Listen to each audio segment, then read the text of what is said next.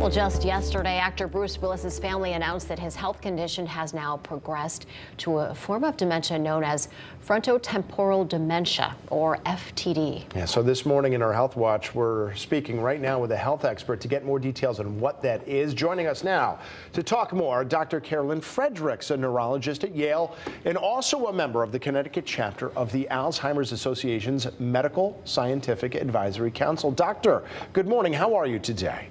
Good morning. Thank you so much for having me. I'm well. Yeah, good.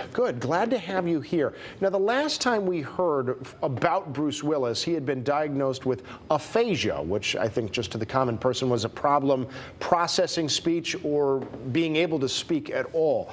Do we know, is there any relationship here between aphasia and frontotemporal dementia? You know, there absolutely is. So frontotemporal dementia can start with a variety of symptoms, but sometimes it does start with language changes like what Mr. Willis experienced. Okay. And what is the similarities, if any, between FTD and Alzheimer's disease or other forms of dementia like Lewy body dementia? That's a great question. So frontotemporal dementia is actually the most common kind of dementia in people under 65. So many of us haven't heard of it, but for that younger onset group, it's actually quite common. And what all these diseases have in common is that there's a progressive change in the brain that leads to cognitive symptoms that are so severe that the person can't take care of their day-to-day activities as a result.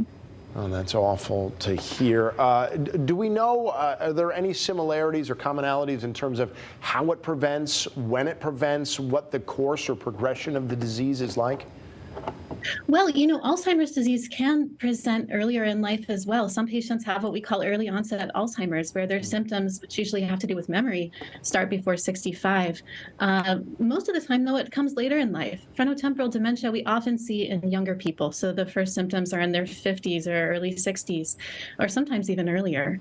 Most dementia syndromes are sort of later life illnesses, but all of them have in common that they progress slowly over time. Right. And so a really active area of research right now is trying to figure out how to slow these down or ideally reverse them. And in the short time we have, Doctor, can you tell me what resources are available for families dealing with this? What does living well with dementia mean?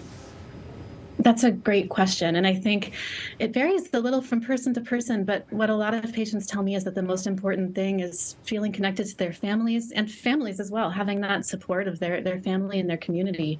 The Alzheimer's Association of Connecticut offers a wealth of resources for families, including a 24-hour helpline, which I believe you have the number for. And that's a resource that families can always reach out to. Yeah, 1-800-272-3900. As you were speaking, it was right there on the graphic at the bottom of your screen. That's the easiest way for people to go get some help that they need. Doctor, thank you so much for taking the time to join us today and just to give us a quick little primer on what frontotemporal dementia is. And we do appreciate that.